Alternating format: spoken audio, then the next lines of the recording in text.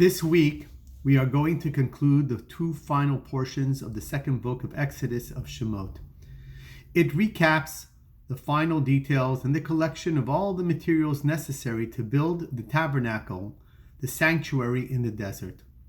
The sanctuary in the desert, according to most opinions, was a direct response to God telling the Jewish people that he would forgive them for the sin of the golden calf, and that by converting all the gold and the silver and building a home for God, God would ultimately live there, reside there, and it would become a place where God and the Jewish people could come and communicate with each other.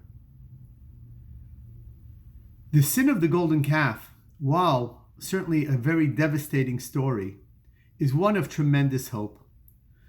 Probably one of the greatest sermons that I ever heard in my life, by Rabbi Simon Jacobson, talked about how this was one of his favorite Torah portions in the entire Torah.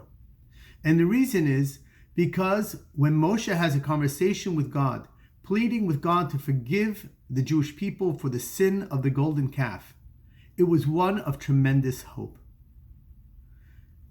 Once again, after the greatest exodus, the Jews were about to become certainly the chosen people without fault.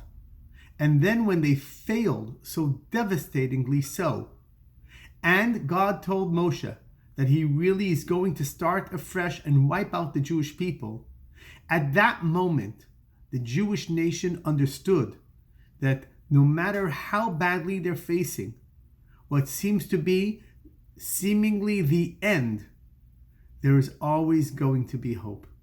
In this case, the hope came through Moshe, their leader and their redeemer.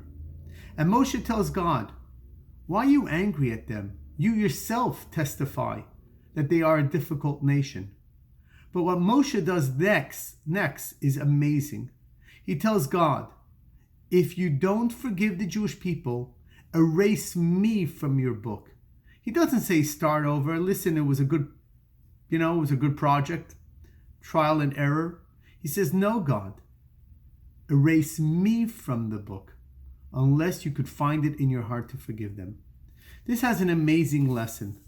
Not only does Moshe instill the Jewish people eternally with the message of hope, he also teaches us how to behave in difficult times.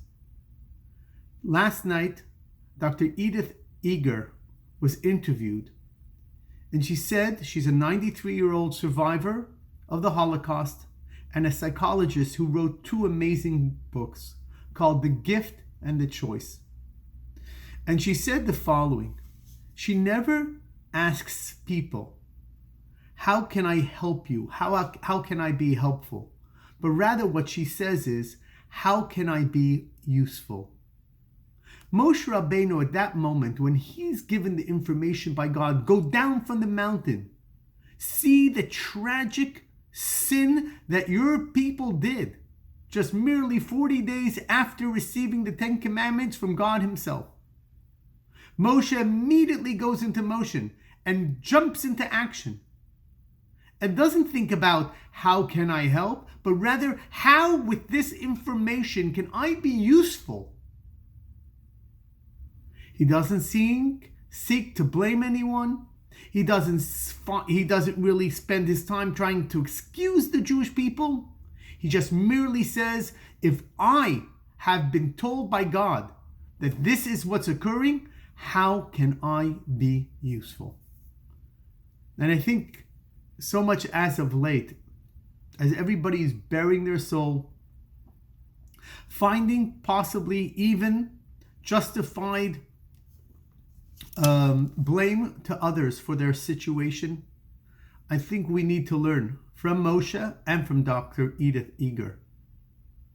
When things come our way, it is a message for us of how can we be useful, whether it's to ourselves, whether it's to our family, or to our larger community. And also, never forget that as devastating as things seem, there is always hope. There's no greater nation of hope than the Jewish people. Have an amazing Shabbos, and may we soon be able to merit the ultimate wish and hope of the coming of Mashiach speedily today.